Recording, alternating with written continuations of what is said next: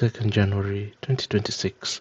A quick look through the newspaper headlines to see what it is that they want us to know, how it is that they want us to know it, and what it is that they're trying to conceal from us.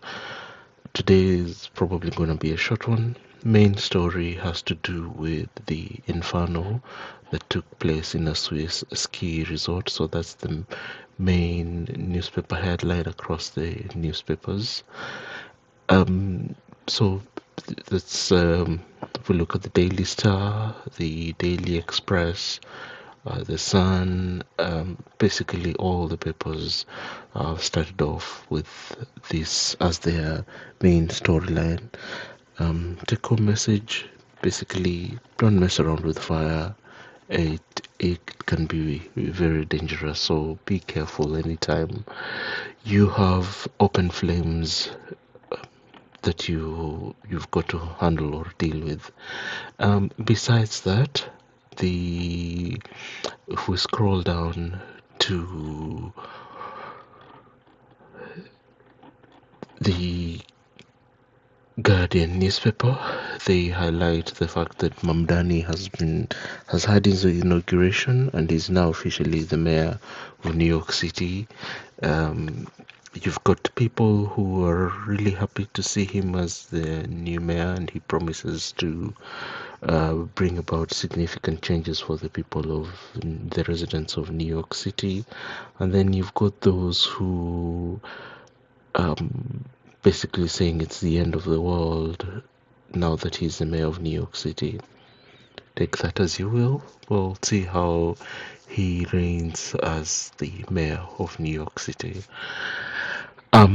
There's also a mention around the fact that populism is a problem, is going to cause an existential problem for the UK, or is an existential threat to the UK. The Times talks, besides the story relating to the Inferno, covers a bill that's currently going through Parliament relating to how people who are involved, or the military personnel that are involved in the troubles, will be treated. And that I'm not too familiar with all the ins and outs of that, but I know it's something that is a very sensitive topic.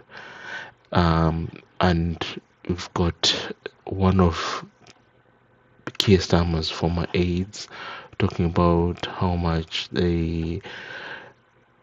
his government seems to be not seems to be distracted by what are, in the grand scheme of things, relatively trivial matters. The example that is cited here is the Egyptian that was recently released, the British Egyptian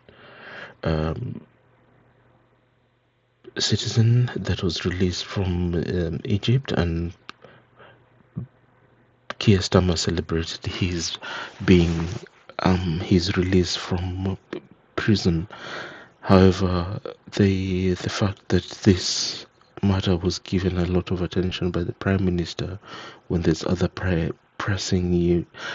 more pressing matters that he should be attending to and speaking about, has been picked upon by his former aide as an indication of the fact that there's no clear vision or strategy by Keir Starmer.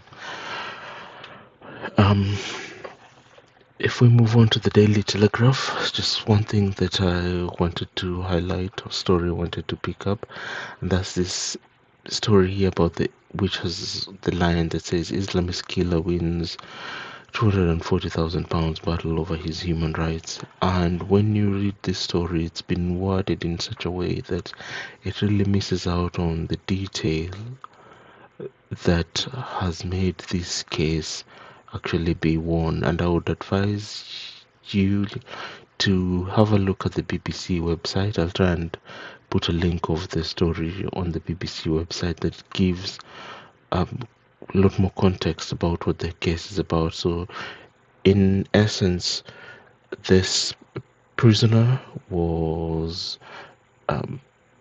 imprisoned for having killed two people, and in order to protect him from people that could have been a danger to him, he has been kept in essentially in isolation, away from other prisoners, and has been moved around and even transferred to another prison where he thought he would be able to associate or mix with other prisoners. But he's been kept isolated, not because his sentence calls for it, but because the prison services or the powers that be deem it to be unsafe for him to mix with other prisoners.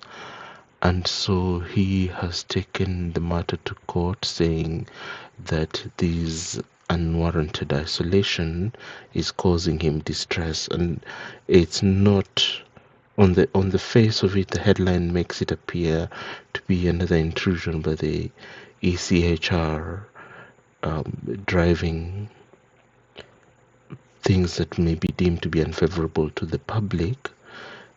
But at the core of it is the matter of somebody who, granted, is a prisoner and has murdered people, but has the right to be able to interact with other human beings, and is being denied that right. And that is the crux of the case.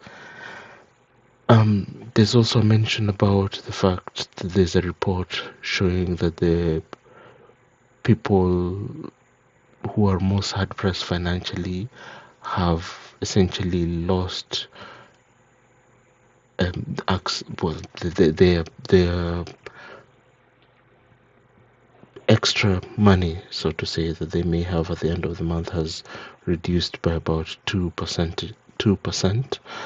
And this goes against what Keir had promised in terms of making life better for people. I've not delved into the story, but it is something that the government is on the back foot on. They've taken policy decisions that have not benefited people directly. Granted, they've only been in power for about a year and over a year and a half, but their time in office is yet to be felt by people. And so that is my quick overview. I'm not going to touch on the Financial Times, but wishing you a lovely second day of the year of 2026.